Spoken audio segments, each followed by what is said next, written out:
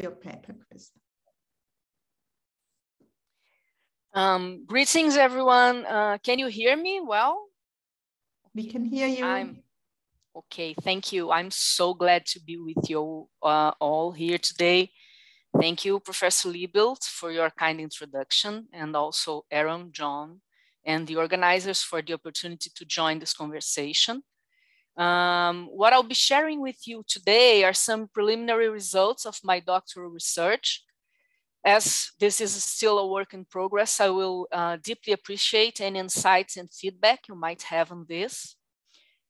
So, throughout the last decade, a series of public controversies and political and electoral clashes consolidated in the Brazilian public imagination the link between religion, especially Christianity, and conservatism, fascism, and fundamentalism, which are some of the categories of accusation most commonly attributed to certain actors self-identified as Christians and their allies. They are considered protagonists in the strengthening and rise of an anti-rights and particularly anti-gender agenda that has taken Brazil, as most of Latin America, by storm. Such context has reinforced the pre-existing common sense notion that Christian religious belonging and sexual and gender diversity are irreconcilable. There's nothing new to such perception, though. Indeed, building legitimacy and social space for sexual and gender diversity in modern Western societies has not been a linear process. Strained by contradictions and disputes, such process has challenged different social actors into putting their own conceptions of sexuality and gender in question. That includes Christians and Christian communities, and not only at the institutional level.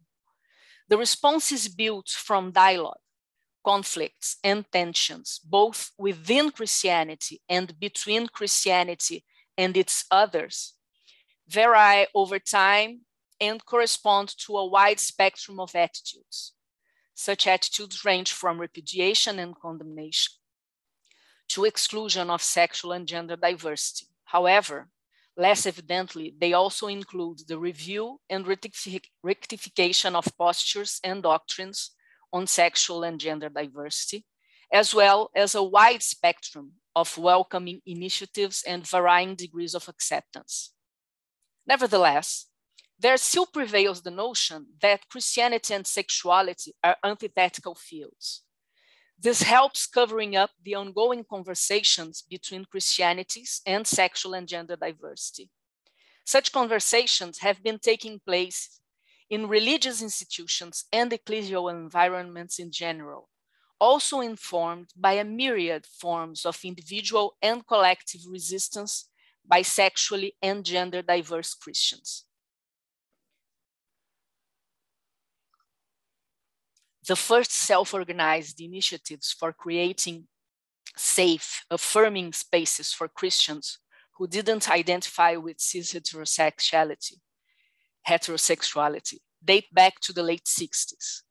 Such pioneering initiatives emerged in the context of the political strengthening and escalation of gay rights activism. The Metropolitan Community Churches, for instance, founded in Los Angeles in 1968 by gay Baptist preacher Troy Perry, became the first Christian denomination explicitly dedicated to sexual and gender diversity. Roman Catholic group Dignity, now Dignity USA, was born in California in early 1969, months before the Stonewall Uprising. As to Spanish-speaking Latin America, the first group identifying as LGBTQ without giving up their Roman Catholic faith and belonging, Comunidad Católica de la Diversidad, which translates as Diversity Catholic Community, would arise in Peru only in February 2007. Almost simultaneously, the first Brazilian similar group, Diversidade Católica, Catholic Diversity, publicly arose in Rio de Janeiro in July 2007. A relevant contributing factor for self-organized queer groups within Christian denominations, having only appeared in Latin America in the years 2000, lies in the peculiarities of Latin America's sexual and gender diversity movements. In the global North, the emerging gay liberation movement flourished in the 70s in the wake of the so-called sexual revolution and the civil rights turmoil of the prior decade. In Latin America, in contrast, right-wing governments, which in several cases degenerated into violent dictatorships, prevailed in most of the region between the 1970s and 80s, to which the outbreak of the AIDS epidemic followed. That led sexual and gender diversity movements to organize at different paces and with distinguishing features in each country of the region. Notwithstanding, the first Latin American inclusive churches emerged in the 1980s and 90s, revealing not only a demand by non-cis heterosexual Christians for safe spaces where to openly live and share their faith, but actually their own initiative to create such spaces. The fact that they were not willing to give up neither their Christian faith nor their dissident sexual and gender experiences hints not only at the consolidation of non-cis heterosexual identities, but also at the attempt to reconcile those with their Christian identities and belonging. Diversidade Católica's emergence in 2007 may be fairly assumed to be the starting point of a self-organized Christian queer movement within churches in Brazil. In 2010, in São Paulo, there appeared the second Brazilian group for pastoral accompaniment of queer Catholics. From 2010 to early 2014, similar initiatives emerged in half a dozen other cities across the country. On July 2014, Diversidade Católica hosted the first National Assembly of LGBT Catholics. On that occasion, delegates from 5 groups founded the Rede Nacional de Grupos Católicos LGBT, National Network of Catholic LGBT Groups. That national network remained largely inactive until 2018, when the São Paulo group hosted the second National Assembly of LGBTI+ Catholics, gathering around 60 delegates from 15 different collectives. On that occasion, a constitution and a board were created to enable the network to play a more effective role in supporting and integrating member communities, producing and participating in activities and establishing partnerships with other organizations. The third National Assembly was held online on November 2021 with 140 registered participants from 21 member groups. Since 2010, the Catholic queer groups have been joined by similar initiatives within other Brazilian Christian denominations, such as Anglicans in 2010, Lutherans 2014, Evangelicals in 2018, and Methodists in 2020. Ironically, as it may be, during the COVID-19 pandemic, the Brazilian Christian queer movement greatly benefited from the mushrooming of online activities. Online celebrations and other events have expanded the movement's repercussion and reach, deepening the interaction with the public and promoting a ramification and densification of the articulations between actors in the field. For instance, throughout 2021, Evangelicals for Diversity held a 15-module training laboratory for new leaders in a total of 90 class hours on an affirmative approach to sexual and gender diversity. In May 2021, the National Network of LGBT Catholic Groups offered a 7-session course entitled Plural Theologies. Its goals were, and I quote, first, to call into question the historical centrality of white, cisgender, male, heterosexual bodies in the production of the hegemonic Christian theology as we know it, a supposedly universal theology, almost always aiming at maintaining an unequal world order. Second, to present other Christian theologies, plural form, particularly those produced by women, Blacks, and queer people who have long been creating disruptive forms of resistance, unquote.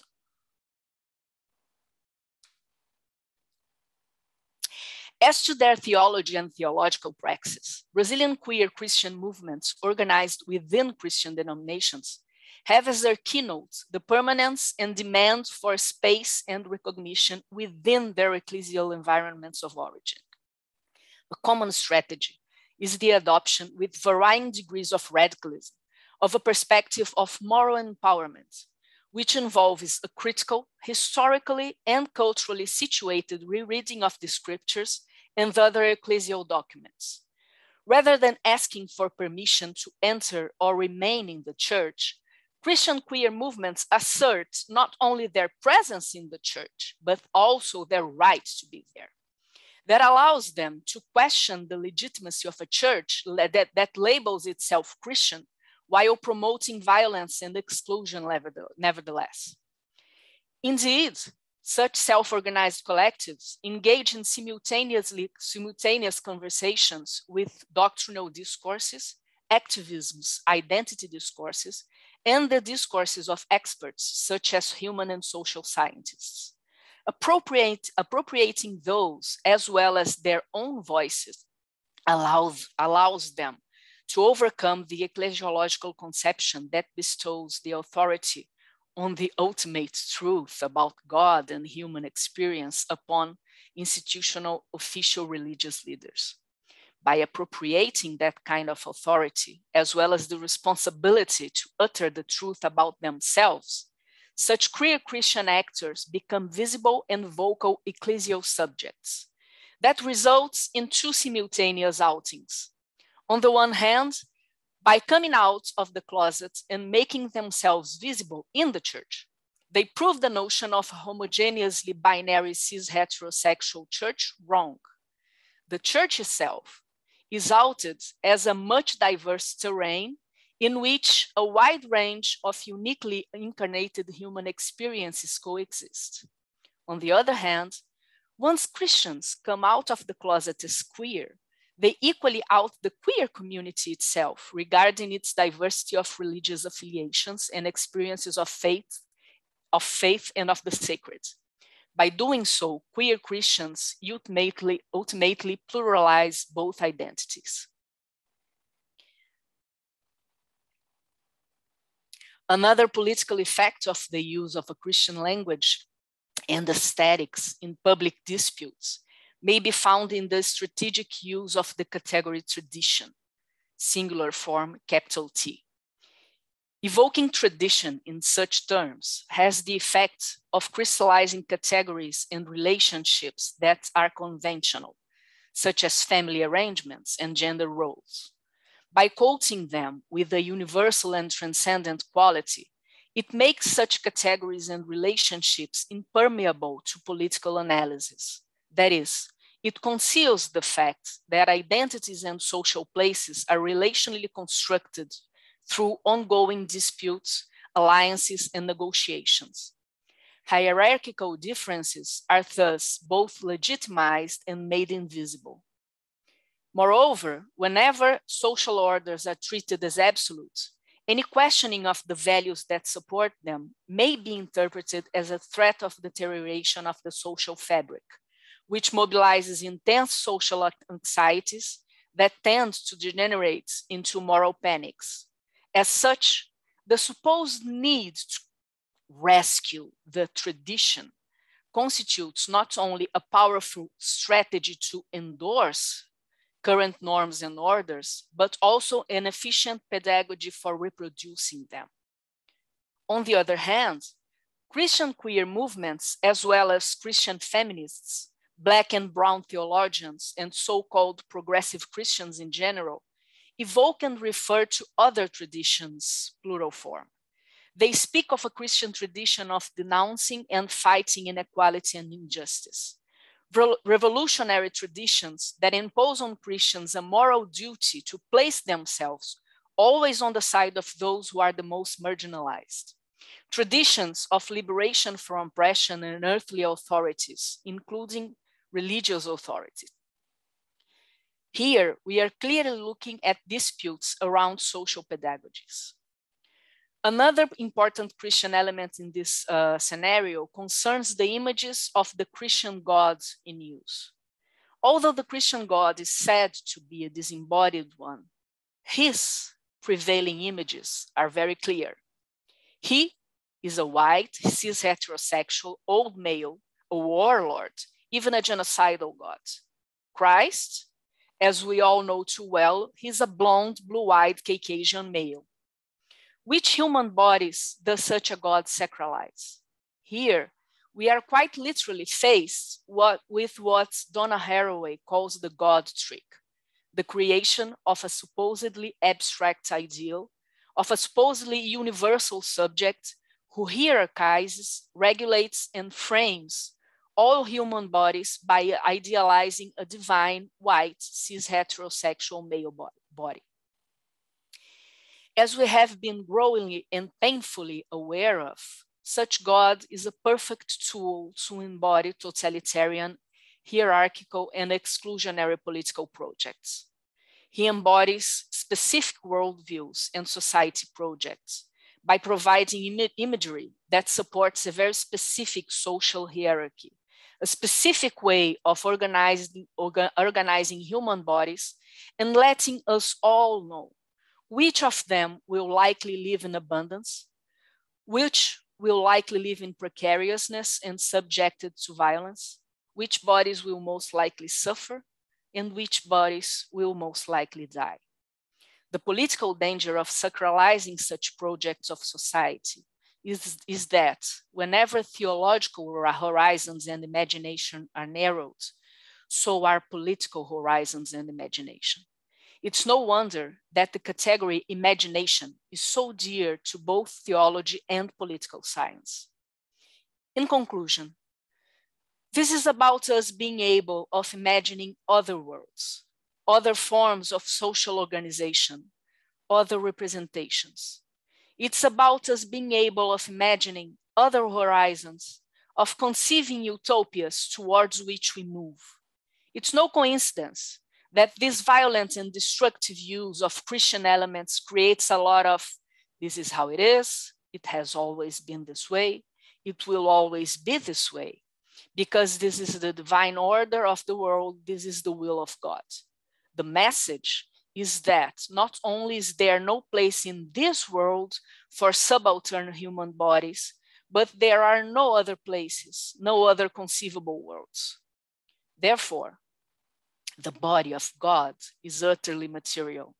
It has deeply material and political effects in the organization of human lives and in the incarnation of human bodies, relationships, and social places in this world. It's of utmost political importance that Christian people with their women's bodies, black and brown bodies, queer bodies, dispute the meanings of Christianity inside and outside churches. Because, as we know pretty well, even those who don't belong in Christian communities may be and are and have been deeply affected by Christian imagery of God, faith, and the sacred. Thank you all for listening. Thank you so much, Chris. And again, the other speakers for 3 really amazing papers, examples of really amazing intersectional politics within churches, but also LGBTIQ plus groups negotiating belonging, creating new churches, and demanding, as Chris put it, their theological right, so to speak, within these groups. And yeah, we have 21 minutes to be exact for discussion, and I'm sure there's many questions. I have a couple of questions